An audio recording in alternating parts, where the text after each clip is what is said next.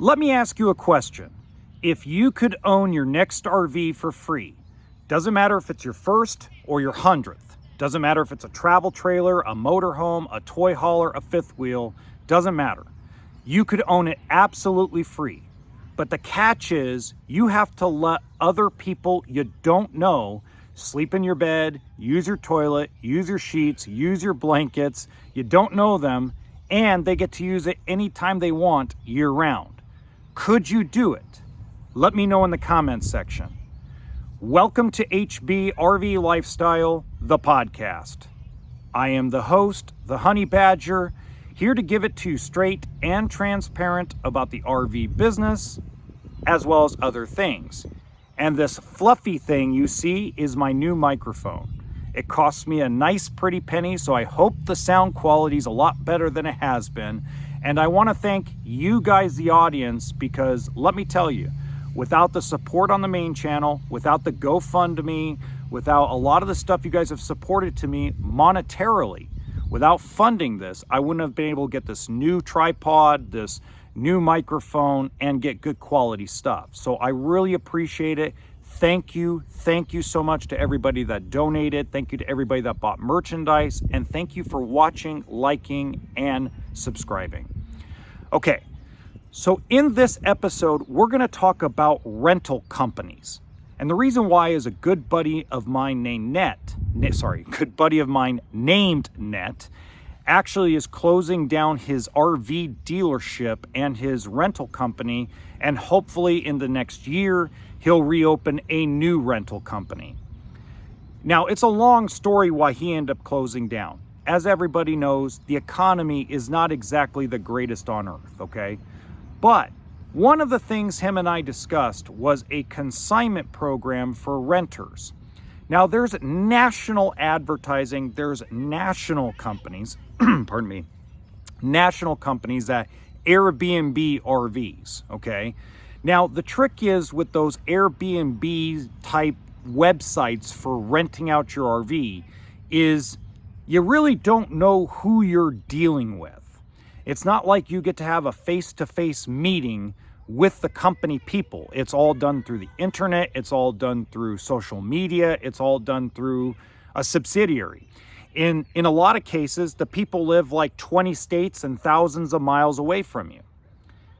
But what if a company, and this is what I was telling Net the other day, what if a company was localized and actually had a physical location in all 50 states and every province in Canada?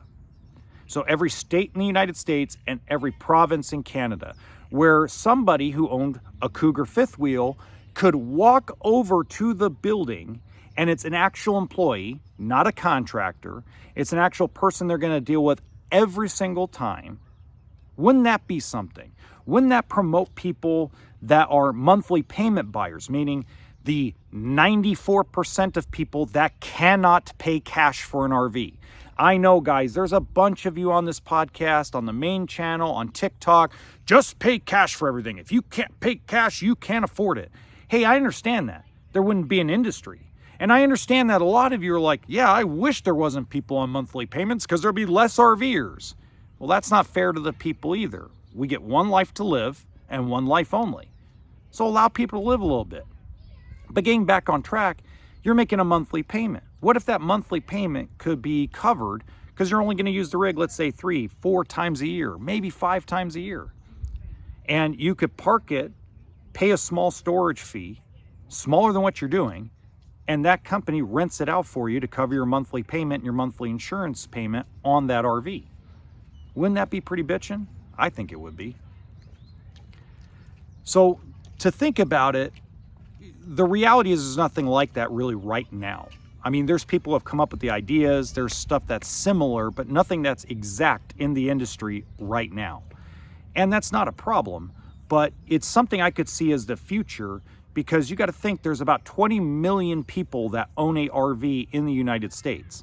Now, I don't know what the statistic is in Canada, but I'm pretty sure it's a pretty big percentage of people that like to snowbird or, love to travel around all Canada and the United States. They may live in Saskatchewan, they may live in Alberta or Ottawa or wherever they may be, and they like to travel, and RVs are the most convenient way of doing it.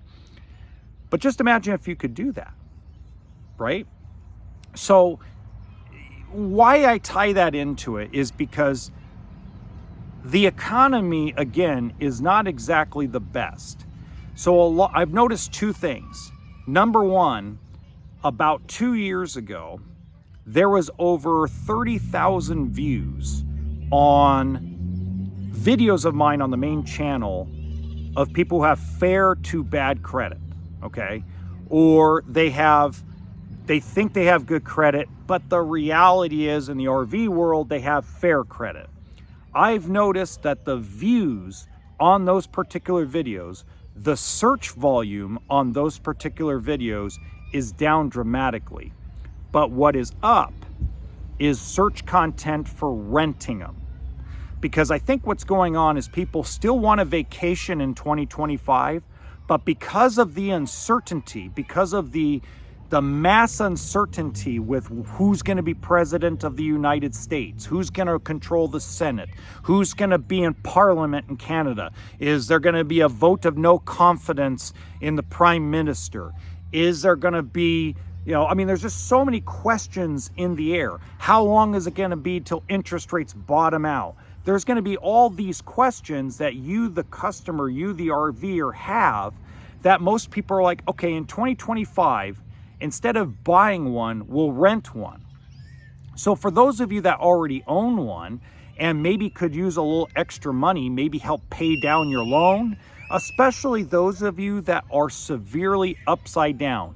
You bought in 2020, 2021, early 22 when prices were at its peak, whether you bought it used, whether you bought it new, it may be an income stream for you to pay down your loan so that way you can get out of the RV without ruining your credit or without taking a massive hit on trade or on a retail purchase, okay? And where this all came from is I had a great conversation with a guy that's, he started the RVWheelator.com. The guy is brilliant. He's got a great mind. His name's Daryl. And Daryl has an incredible intuition and mindset and has like out of the box thinking of how to deal with the retail side of the used RV business. Now, while I may not agree with everything he says and everything he feels, I think him and about 1 to 5% of RVers feel like him. I do think a lot of what he has accomplished and what he's looking for towards the future may actually benefit people that are severely upside down in their motorhomes or their travel trailers or etc. So now it's not going to help people with frame failure, frame flex. It's not going to help with Grand Design fifth wheels and getting out of them. It's not going to help with that stuff. Not necessarily. But let's use Grand Design as an example. Let's say you have a Solitude, let's say you have a 390 RK, and you have no sign of frame flex or frame failure. You have no sign of anything wrong with the frame, but yet you want to write down the loan because you know, as well as I know, that the value of a Grand Design fifth wheel is bottoming out because of the bad publicity and the bad news coming out and the back and forth of he said, she said, who's to blame, who's not to blame, blah, blah, blah, right? And there's a lot of people that have gotten their rig fixed, but it's an opportunity to be able to, let's say, get you to the point where you're taking advantage of a situation. You're not taking advantage of people. You're taking advantage of a situation where rentals are being a trending thing because of the economy, okay? Now, I want to give a big shout out to Coach Jen Welter. I don't know if you guys know who that is. You can Google her. My favorite NFL team is the Arizona Cardinals, even though I'm not living in Arizona. And I was a big fan of the Kurt Warner and the Carson Palmer days. Well, in 2015, she became the first NFL woman coach, and she was the linebacker coach for the Arizona Cardinals. I happened to get to meet her, and it was by pure luck. By the way, she is wonderful. If you ever get a chance to talk to her, she is an amazing person. I picked her up because I'm driving Uber right now. I'm doing Uber rides and stuff like that. And I picked her up and took her to, I don't remember where I took her, but the conversation, because we were stuck in 2 hours of LA traffic, and she is just an amazing person, and she does amazing things. So big shout out to you guys. Follow her. She does amazing stuff. She's an amazing speaker, and she's got a great story. If you ever get a chance, check her out, Dr. Jen Welter. She's on Instagram. In fact, I will link her Instagram in the description box below if you'd like to, kind of support her and follow her. Okay. The next thing we really need to cover is an update on Dealer Days. So Dealer Days has been an absolute atrocious mess in Elkhart, Indiana. Now, RVbusiness.com and all the RV corporate YouTubers and the corporate RV dealership YouTubers are all going to try to no, it was great. It was wonderful. Keep the positive energy going. And the owners of the dealers are like, screw this. I mean, these people are out of their mind. And the reality is that a lot of the brands have done an actual really good job of reformatting and changing interior exterior design. Some of them have caught up to the 20th century, 21st century, the 22nd century. I mean, they have finally, whatever century we're in. I'm being sarcastic. They finally caught up to what the RV industry is going to. It's been around for 10 plus years, but they just finally caught up like, I guess this solar and inverter thing is actually something RVers across both coasts really want. Because there's a mindset on the factory level that the West Coast is just dumb and nobody needs this and nobody needs that, and we'll just strip down the units and sell them for a higher price and a lower price. And sorry, there's screaming kids in the background. I'm at a park. So there's this thought process for a long time with all the brands that put less in and it'll sell. Well, what they're starting to realize is the less you put in them, the less it sells. Okay, so there's a balancing act. You have to bring a value to the RV with all the options and all the stuff. But at the same time, watch this, it has to be affordable. You can't just rip people off and decide to rip the dealers off and rip the consumer off. You actually have to have a balanced approach of these are the things that normal RVers are expecting. Solar, bigger refrigerator, more storage. But at the same time, they don't want to spend $450 a month. They don't want to write a check for 45, 50, 55 grand for a 28-foot travel trailer. Okay? I think they finally have started to figure that out, but at the same time, they're forgetting that they left behind a mess. Right? So they left behind this disaster zone. And why that's important for you, the consumer, is because it means that it slows down the process of bringing in new stuff that you may or may not like. There's a lot of folks that want to see a 2025 before they make a decision on a 24 or a 23. They may be willing to spend more money for a 25 compared to a 24 or 23 when it comes to the year model. So this Dealer Days thing was very important. Hershey was very important. Yes, the gate, the people that went into the Hershey show was up 5%, but sales was not up 5%. In fact, from what I'm understanding, is sales were down for the third year in a row. Not severely, not so significantly that it would make people panic, but it is down slightly compared to what it was last year. And that throws doubt in dealerships' minds because they're starting to go, well, if Hershey, Pennsylvania was that bad, we better wait till after the Tampa Bay show in January, after the presidential election, after the Senate election, in Canadians' respect, after they find out whether or not they're going to have an election, whether Parliament's going to have a vote of no confidence in the current government. So there's a lot of what ifs and a lot of things in people's minds, and it includes the dealerships. Now, let me make this perfectly clear. And this is a message to Bob Martin, Pete Legal, and now Doug Gettard, who is now in charge of Forest River. And this is for Winnebago. This is for Arctic Fox, Northwood Manufacturing. This is for Outdoors RV. This is even for you, Pablo, at Genesis Supreme RV. This is for everyone, whether you're the small little independent or you're the large mothership. This is for you. You could have prevented this a long time ago. The problem is there was this expectation that at 600,000 and 550,000 units built, 2021, 2022 respectively, the expectation was, oh, we'll just build another 500,000 in 2023. Somebody didn't drink their common sense juice. And I think it was all of you. Because common sense would say that COVID was an anomaly. We all can agree on that, okay? Everybody can agree on that.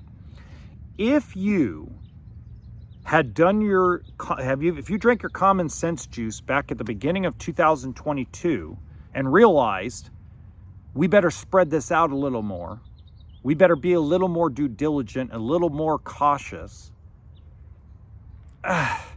I don't think the factory would be in this position. See, that's the thing you guys have to understand. As a consumer, what happens at the manufacturer level and at the dealership level is highly important because it affects you directly. It affects the way you shop. It affects the way you do your homework. It affects everything you do, okay? So let's go back to the Winnebago thing for a second, just for one moment.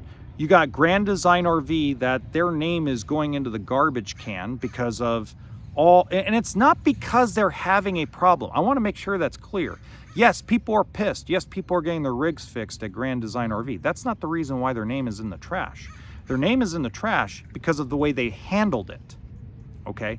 That's the difference. When a company, when a brand of any kind, any manufacturing, anything in the world, when it comes to their response, that is how things roll. So I'm going to give you a quick example, guys. Quick example. Xbox by Microsoft. If you remember this and you've made it this far into the podcast, let me know if you remember the flashing red light on the Xbox 360. Does everybody remember that? And do you guys remember how much Microsoft's, like the Xbox in general, how much its name got ruined in the industry of gaming because of how they responded? And then they tried to throw out propaganda after documentary, trying to propaganda that they did the right thing. They finally did do the right thing and got everybody going 2 years later, and then they recovered. So that's the thing I also want to say. Kicked a little tripod.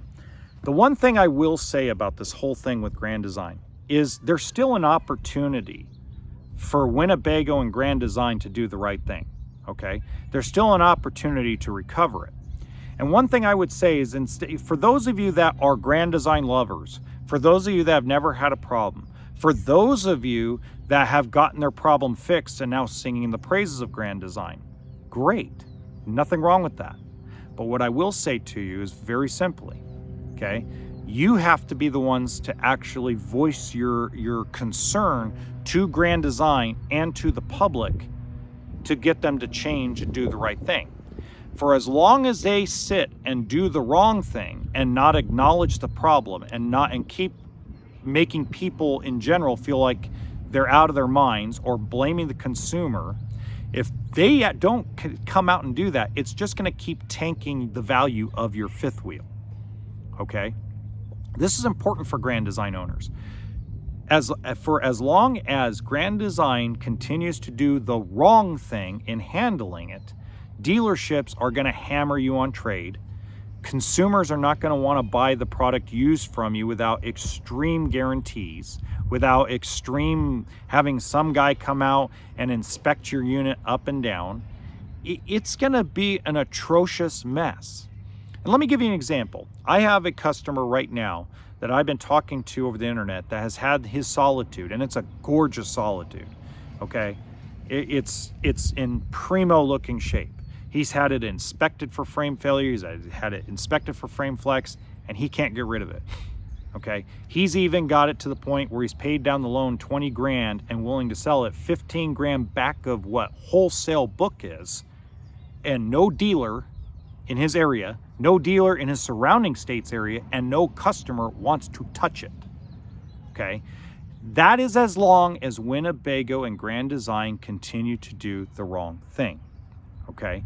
Now, when they decide to pull their head out of their butts and do the right thing and acknowledge it's a lot bigger problem than what they wanted to originally admit, and they can do as politically correct as they want to, and they can try to save face as much as they want to, which is fine.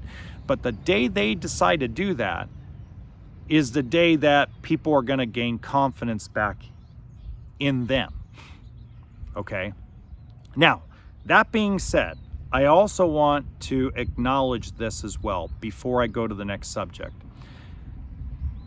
I don't think Winnebago and Grand Design understand that the consequences of their actions are not with just their current customer base and their future customer base, but they are actually affecting and possibly could affect the livelihood of their brand ambassadors and the corporate RV dealership YouTubers that promote their product, okay?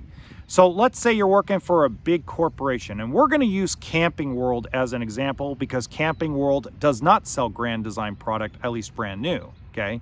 So Camping World hires Joe Blow as their spokesperson. Joe Blow has 300,000 subscribers on YouTube, gets tens of millions of views a month, makes 30, 40 grand, has a nice, good contract, but in his contract, he's got to toe the company line. So when Grand Design comes out and says, I want you to say this, this, this, and that, and it may or may not be true, that person has to go on camera, go on public, and say it. Now, if it comes out where the federal government steps in and makes Winnebago or Grand Design or anybody make a mass recall on every fifth wheel that was built, let's say from 2016 to 2024, it doesn't just affect the company, it just doesn't affect the customers, it affects the guy that you hired that built his or her YouTube channel independently. And they had confidence in you to do the right thing and stay on the right course. So just think about that for a second.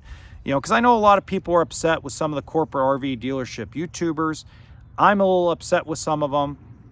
Some of them, to me, just haven't, I understand them. Now, Alliance RV has released a destination trailer in Elkhart, Indiana for dealer days. Now, Alliance RV is not perfect, guys. There's no way they're ever going to be perfect, okay? They're built by human beings. They're an earthquake on wheels. I always say toolkit and sense of humor, right? Okay. But what I will say is those boys are smart. Those boys understand how to build a coach and how to deal with people. Now, do they do the right thing 100% of the time? No. Do they do it 98% of the time? Yeah, probably. I would say that's a pretty good number. Do I believe that they are more, how do I put it? Do I believe that they're more involved with the customer base or involved in the community than companies like Forest River and Keystone and Grand Design? Absolutely, because they're independent right now. But you got to understand their history. When they developed the Heartland Bighorn, and I'm not talking about the old one that looked like crap and the new stuff that's like, oh, okay, I'm talking about like the stuff I used to sell. When they developed that stuff, they were heavy into the community, and they made their sales guys be heavy in their community. My boy Ryan, my boy Brandon, all these guys were heavily involved in the community and listening, okay? That's why Cyclone for a long time was one of the best toy haulers in the industry, because they kept listening to the customer, their customer, which was a full-timer or the oil rig guy or the lineman. They were listening to those guys. They weren't necessarily listening to the guy that went out to the desert. They were listening to everybody that they felt were going to be in the coach 3 to 4 months out of the year, okay, including snowbirds. Maybe they got a Harley Davidson, a golf cart, etc. They were listening to them, and they did a fabulous job. For them to get into the destination trailer industry tells me that they see something that no one else is seeing right now. And unfortunately, you know, I'm pretty sure they're not going to want to deal with me, because they know damn well that this podcast and my main channel are pretty much taboo. Like, but I know that they're probably listening, and, you know, I want to give you guys a high five and a pat on the back. You guys have done a great job with Alliance, your Paradigm, your Valor. You guys have done an amazing job with your product. I've noticed that the complaints on YouTube and Facebook have gone down, which means I knew that was going to happen with you guys, because you guys do overall do the right thing. If they haven't done the right thing by you, let me know, okay? Send me an email. I'll see if I can help you out. I'll call their corporation, see if I can put my 2 cents and ram my foot up their butt, okay? It reminds me a lot of Bob Tiffin and Tiffin Motor Coach, right? It reminds, before they were bought by Thor, it reminded me a lot of how Bob Tiffin ran things. It reminds me a lot of how Pablo runs things at Genesis Supreme RV. Are any of them perfect? None of them are perfect. But at the end of the day, I do have an announcement to make. I did start my own consulting business for you, the viewer, you, the RV consumer. I'm going to work with you guys directly, either by phone, in person. I've got a setup that's going to be amazing. It's going to be very affordable. I'm going to be able to make a little bit of money. You're going to be able to save a lot of money. And when you go buy your next RV or your first RV, doesn't matter if it's a $14,000 used travel trailer or a $6 or $7 million diesel pusher, I will help you through the process and get you through the minutia. Get you away from RV salespeople that are commission salespeople. Instead, you'll get a neutral perspective. Will call me, and I finally decided what I'm going to call the company. It is going to be HBRV Lifestyle, but I'm going to call it Third Baseman Consulting. And it's a joke and a play on words, because we always called the person that was the RV expert that showed up with a couple, we called them the third baseman. So that's what I'm going to call the company. I'm going to call it Third Baseman RV Consultants. So it's going to be pretty cool. Anyway, I will, October 1st, the company launches. I'm going to have pricing and everything else on Facebook, Instagram, and I'm even going to post it here. I also want to let you guys know that instead of the book being published paperback, the book is going to be published audio. You're going to be able to pay $24.95 for the book, and it'll be all audio play.